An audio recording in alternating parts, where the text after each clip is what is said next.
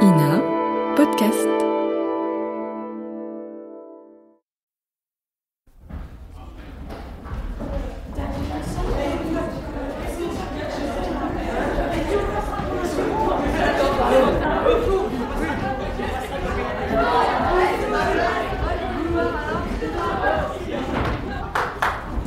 Un peu de silence, s'il vous plaît.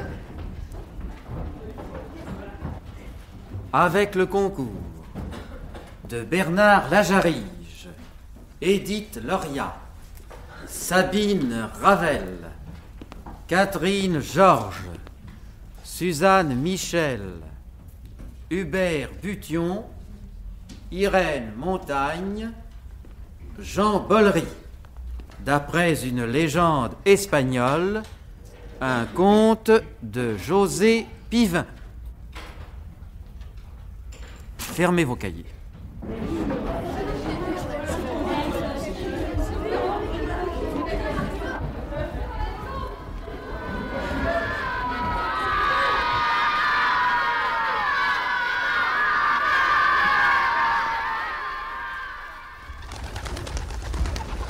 La main noire.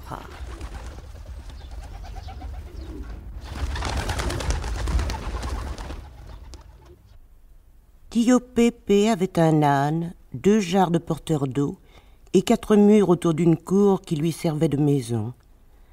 Devant sa porte voûtée, un sentier descendait entre les buissons secs et les rochers sans ombre jusqu'au clocher de la ville qu'on ne distinguait pas, car la ville se trouvait au fond de la vallée protégée par le grand tournant à valeur de soleil. Tio Pépé, le porteur d'eau, lui, n'était protégé par rien du tout. Le soleil s'abattait sur sa maison et sur son crâne comme 1000 baguettes de tambour. Les seules fraîcheurs étaient celles de ses 2 jarres remplies de l'eau cherchée dans la montagne et celles de ses 3 filles, aux yeux luisants comme des pépins noirs dans la chair rouge des pastèques. C'étaient Lolita, Paquita et Rosarito qui l'aidaient à gagner maigrement ce qu'on appelle la vie, en tressant des petits paniers avec les palmiers nains des collines. Mais aujourd'hui, il n'y avait que 2 filles occupées à tresser devant la porte de Tio Pépé. La veille, Rosarito avait pris le bateau pour Marseille. La vieille Conchita, qui est partie depuis 1 an, a dit qu'elle l'attendrait sur le quai. Tu connais Conchita? Elle a une moustache de patron de posada. Et elle parle comme un alcade. Avec elle, Rosarito sera bien protégé. Mais crois-tu que notre sœur trouvera du travail? Mais Conchita l'a promis. On demande beaucoup d'Espagnols comme bonnes à Marseille, parce qu'elles sont très travailleuses. Tant mieux. Que notre Rosarito gagne beaucoup d'argent, et surtout qu'elle revienne vite. Ah, je vois partout sa place vide. Là, près de nous, sous la voûte de la porte, près des jarres, dans le patio, et là-bas sur les collines, où nous allons cueillir les palmiers nains pour faire nos paniers. Ah, tous les tourbillons de poussière ressemblent à sa robe grise. Allons, Lolita, ne pleure pas. Mais tu sais bien qu'il fallait que l'une de nous parte. Et il n'y a presque plus rien à manger à la maison. Nous couchons par terre et nos robes deviennent semblables à celles des mendiants de la route au Pou. Il aurait mieux valu faire comme eux. Habiter tous ensemble avec les gitans dans les cavernes de la falaise, plutôt que faire partir Rosarito et notre père. Il n'y a pas de travail pour les hommes là-bas. Et puis nous ne pouvions pas rester toutes seules ici, dans cette maison isolée. Tiens, j'entends les grelots du bourricot. Notre père doit revenir de la ville avec ses jarres d'eau.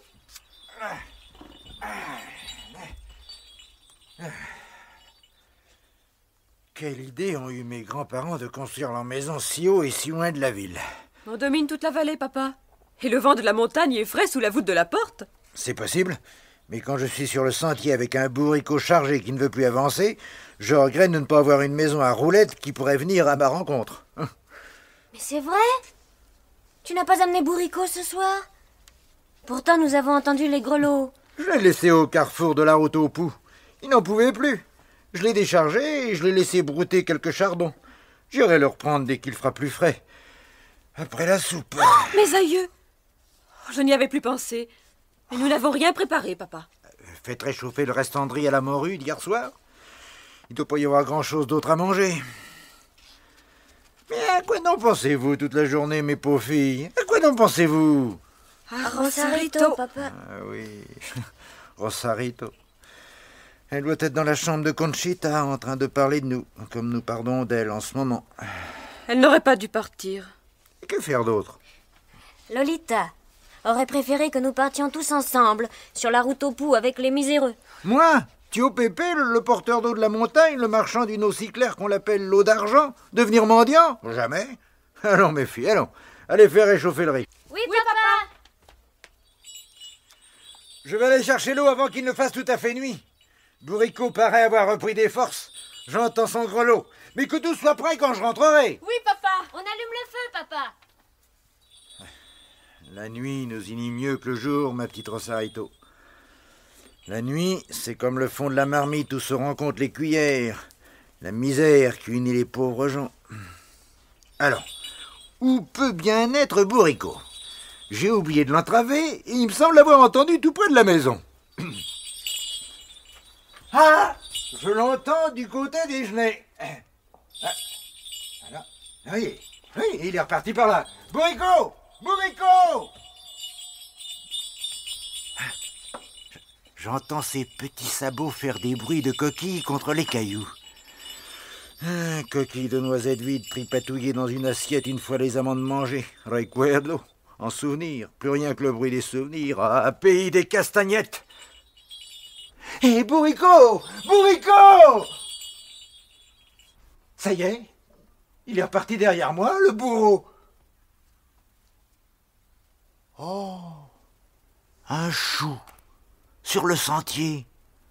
Un gros chou vert a tenté toutes les chenilles de l'Espagne et les pauvres porteurs d'eau. De quoi se remplir le ventre et les joues toute une semaine. Hé, bourreau, arrière, n'y touche pas. Je vais le prendre. Faut que je tire fort. La racine doit être coincée dans le sol sec. Qui me tire la barbe? Hein? On aurait dit la voix du marchand de churros quand les enfants veulent lui chipper un beignet. Antonio, que fais-tu par ici à cette heure? Personne. Je dois avoir des bourdonnements dans les oreilles. Ça m'arrive quand j'ai très faim. Allons vite que je déracine ce chou avant d'aller chercher de l'eau. Allez. Il est collé au sol. Qui me tire la barbe? Qu'est-ce que c'est ça? Qui parle? Oh, c'est tout de même pas Bourrico. Allons vite que j'en finisse avec ce chou. Qui me tire la barbe? Ah, c'est toi, espèce de branche d'arbre mort, qui ose déranger ma verdure au milieu du sentier. Un géant. Seigneur, je n'avais vu qu'un chou. J'étais un chou. N'ai-je pas le droit d'être un chou? Seigneur, mais si vous aviez été un cactus, je vous aurais pas tiré la barbe. Silence! N'ai-je pas le droit de pousser où je veux? Ne vous fâchez pas, Seigneur géant, je n'ai pas voulu vous déplaire. J'ai 3 filles dont l'une est partie hier, les 2 autres m'attendent à la maison. Laissez-moi m'en aller. Tu as 2 filles? Si, Seigneur. Écoute, marchand d'eau, j'habite un palais souterrain. J'ai besoin de quelqu'un de confiance pour le garder quand je fais le chou sur le sentier des collines. Envoie-moi une de tes filles et je te laisserai partir. Acceptes-tu? Si tu refuses, je t'écraserai, toi et ta maison, comme un cafard dans sa carapace. Réfléchis. C'est pas la peine de réfléchir, Seigneur géant, j'accepte. Reviens donc demain ici à la même heure avec l'une de tes filles. Tu me verras prenant le frais. Tire alors sur une de mes feuilles pour me réveiller, mais pas comme aujourd'hui. Tu tirais comme une brute, à croire que tu voulais arracher un palais tout entier.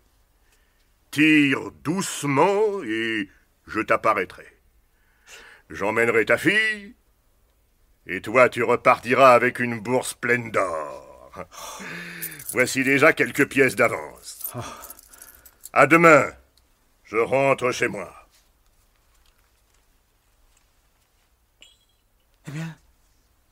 Eh bien, plus de chou, plus de géant, plus rien. Sauf ces pièces d'or dans la main. J'ai donc pas rêvé.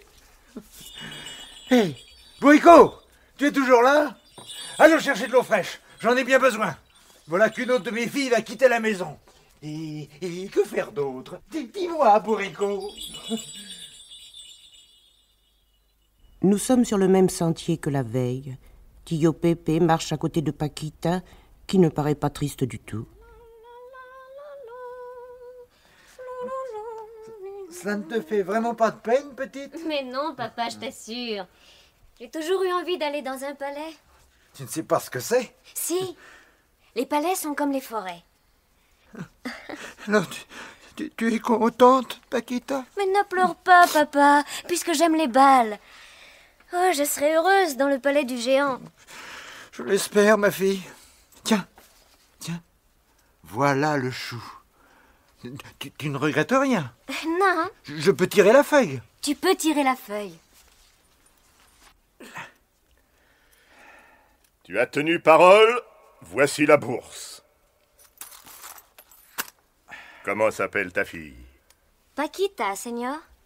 Viens dans le palais du géant Garguillo, Paquita. Tu pourras aller partout où tu voudras, mais n'ouvre jamais la porte d'or, car il t'arriverait malheur. Tu as entendu ce que te disait le seigneur Garguillo, Paquita? N'ouvre jamais la porte d'or. Oui, papa.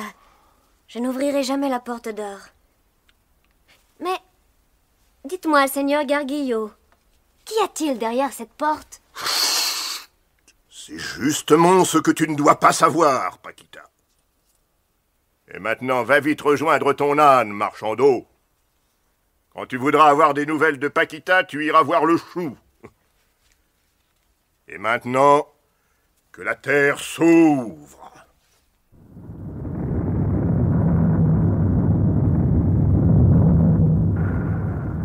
Et la terre s'ouvrit. Un palais apparut. Et la terre se referma. Ma robe est toute déchirée, et je n'ai que des espadrilles à mes pieds. Je vais être obligé de m'absenter. Je reviendrai dans 3 jours. Dès que je serai parti, tu seras ici chez toi. Tu pourras demander tout ce que tu voudras. Tu seras servi. Il suffira que tu dises à voix haute « Je veux ». Mais prends bien garde de ne pas vouloir la porte d'or. Prends bien garde. J'obéirai, Seigneur Garguillo. Au revoir, Paquita. Maintenant que je suis seule, je vais demander une belle robe. Garguillo m'a dit de le demander à voix haute. Je veux une belle robe. Voici, Paquita. Oh, cette main noire, d'où vient-elle? Oh, qu'elle est vilaine! Va-t'en, main noire, ne me touche pas! Bah, au fond, tu m'apportes une belle robe. Je vais la prendre sans te regarder. Maintenant, je veux un diadème. Voici, Paquita. Encore cette main noire. On dirait celle des vieilles paysannes quand elles ont ramassé les olives mûres. Mais il y a un diadème au bout. Ne cherchons pas plus loin. J'ai bien soif. Je veux boire quelque chose de bien bon et de bien frais. Voici, Paquita. On s'habitue à cette main noire. On finit même par ne plus y faire attention. Oh, qu'elle soit noire ou blanche, l'essentiel, c'est d'être servi. Ah, je me sens mieux. Promenons-nous dans ce palais. Mais j'y pense. Derrière cette porte d'or que Garguillo veut garder fermée, il y a peut-être quelqu'un en prison? Quelqu'un qui danserait avec moi, au lieu de me laisser seule comme le fait ce vilain géant? Oui. Mais j'ai quand même peur. Le géant a dit qu'il m'arriverait malheur si j'ouvrais cette porte. Tant pis, j'ouvre. Oh! La main noire. La main noire! Tu as désobéi. Je vais te couper la tête et en faire un chou.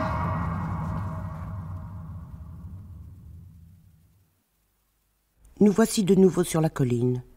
3 jours ont passé, et Tio Pepe, voulant avoir des nouvelles de sa fille Paquita, s'avance vers le chou qui sommeille de nouveau au milieu du sentier. Voici le chou. Je vais lui tirer doucement une feuille. Là. Tu veux me voir, Tio Pepe? Je voudrais des nouvelles de ma fille Paquita. S'habitue-t-elle à cette vie de palais? Oui et non. Elle aimerait avoir sa sœur près d'elle. Et si tu n'y voyais pas d'inconvénient... Aucun, au contraire. Lolita se plaint tout le temps d'être seule. Eh bien, amène-la. Je t'attends. La maison n'est pas loin, je serai revenu dans un instant. Va vite, et je te donnerai une autre bourse en or. Il court comme un chiffon emporté par le vent.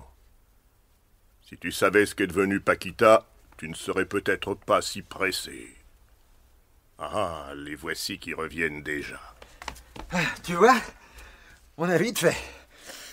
Dis-moi, tu veux bien aller avec le signor Garguillo, Lolita? Je veux surtout retrouver ma sœur. Ne sois pas trop pressé, Lolita, et puis écoute bien ce que je vais te dire. Dans mon palais, tu pourras faire tout ce que tu voudras, sauf ouvrir la petite porte d'or. Ou malheur à toi. Tu as entendu, Lolita? Ne pas ouvrir la petite porte d'or. Oui, j'ai entendu. Emmenez-moi vite, Seigneur Géant. J'ai hâte de retrouver Paquita.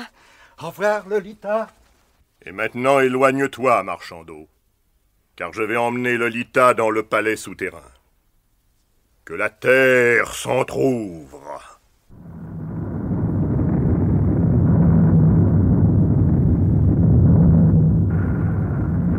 Et la terre s'entr'ouvrit. Et le palais apparut. Et la terre se referma sur Lolita.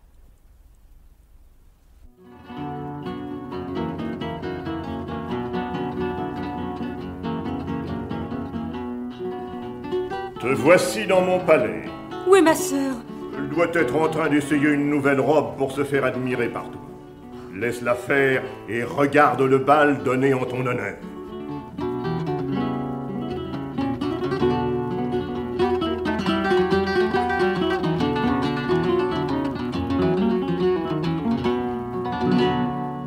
La danse t'a plu? Oui, mais je ne vois toujours pas Paquita. Elle met beaucoup de temps à s'habiller. Cherche-la, tu peux aller partout. Moi, je suis obligé de m'absenter pour 3 jours. Si tu as besoin de boire, de manger ou de te vêtir, dis-le à haute voix et aussitôt tu seras servi.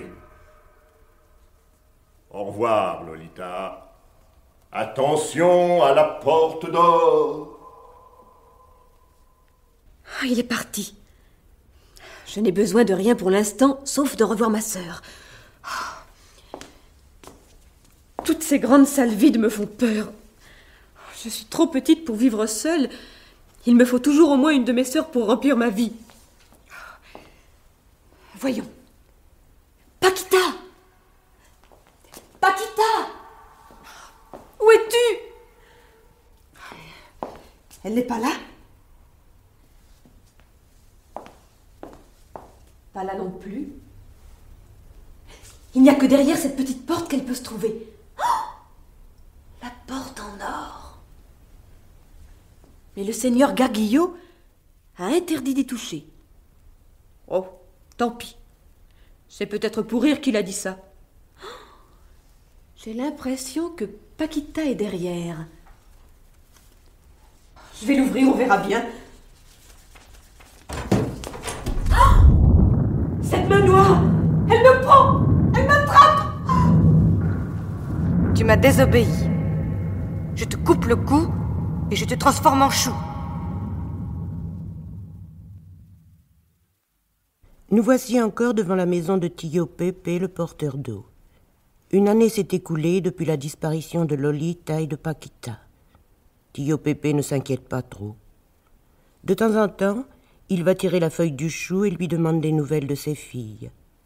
Alors le géant Garguillo apparaît et, mentant effrontément, il lui dit qu'elle s'amuse beaucoup dans son palais.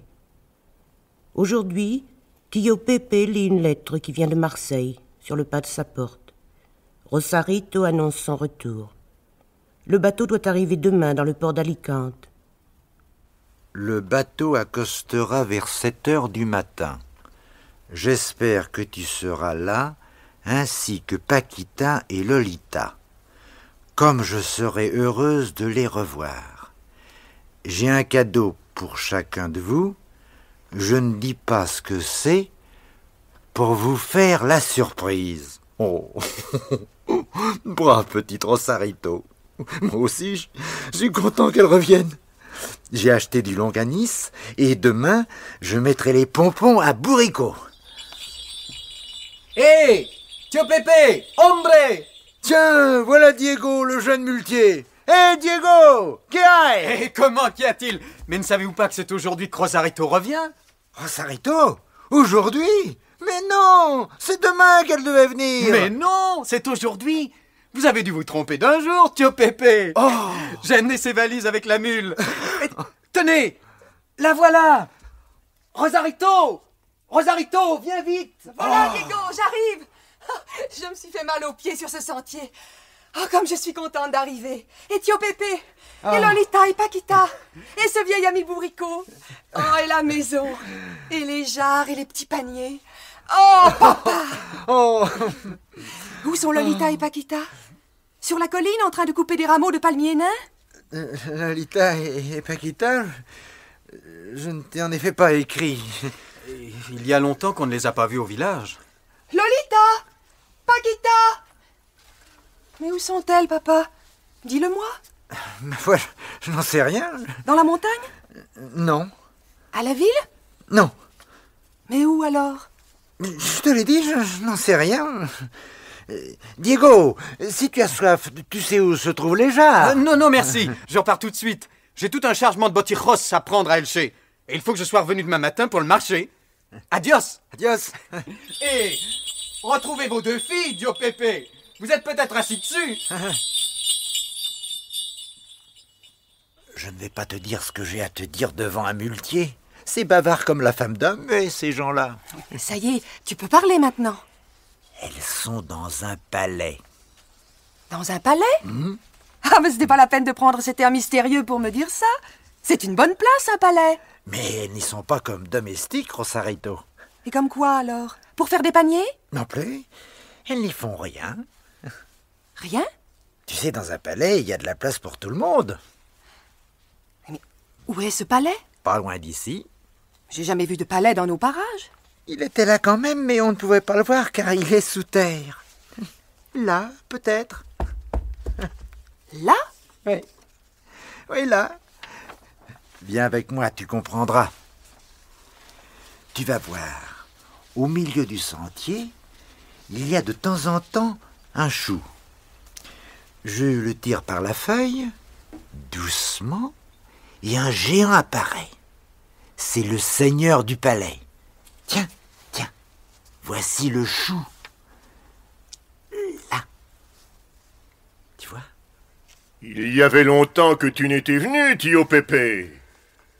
Oh, mais je vois que ta troisième fille est revenue. Oui, elle est revenue de Marseille ce soir même. Je m'étais trompé de jour.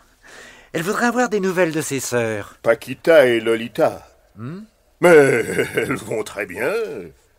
Elles sont bien calmes. Bien calmes. Est-ce que Rosarito voudrait descendre avec moi? Ne voudriez-vous pas plutôt leur demander de monter? Les palais me font peur. Toutes ces pierres et ces colonnes me font l'effet d'être engloutis par la montagne. Ce n'est pas une illusion. Mais il m'est très difficile de demander à tes sœurs de venir. Viens. Il ne t'arrivera rien si tu ne touches pas à la petite porte d'or. Oui, je l'ai aussi dit à tes sœurs. Il ne faut pas ouvrir la petite porte d'or. Viens-tu, Rosarito? Je viens. Alors, que la terre s'ouvre.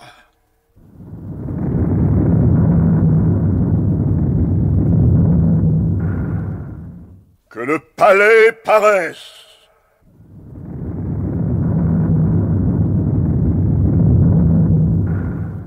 Que la terre se referme.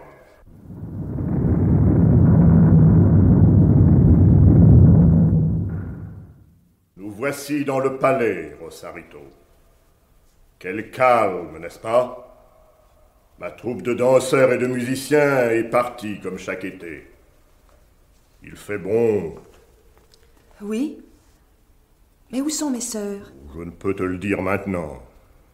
Mais si tu es capable de m'obéir et de passer une année ici, sans toucher à la porte d'or, je te promets que tu les reverras.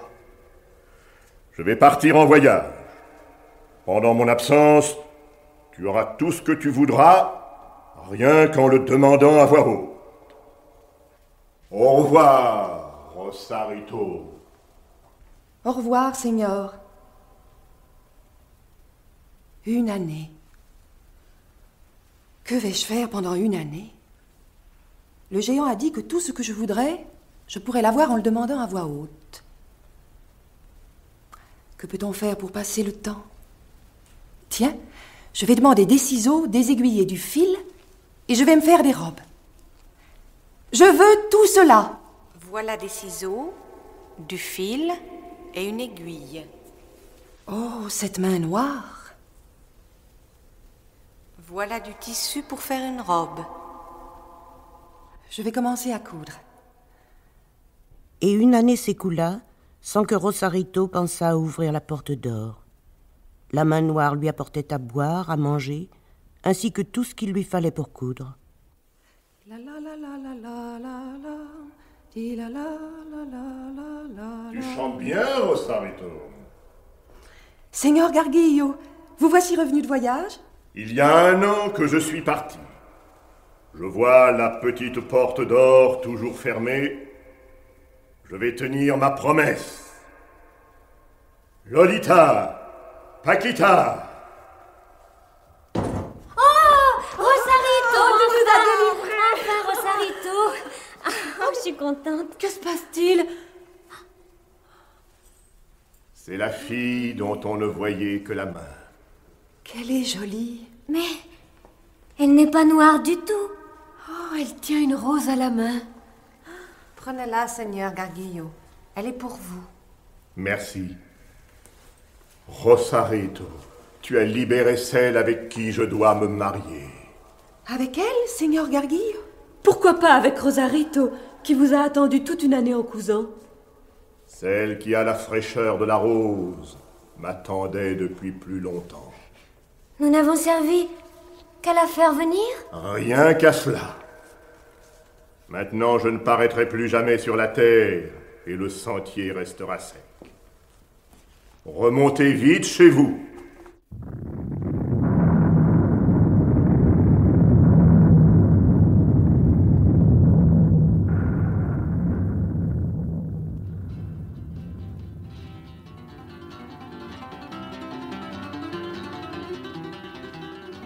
Et c'est ainsi que se termine le conte de la main noire. Les trois filles de Tio Pepe se remirent à tresser des paniers devant leur porte. Paquita et Lolita se marièrent. Rosarito, elle, passa de longs mois à chercher une fissure de la montagne pour trouver le palais. Jamais elle ne se maria.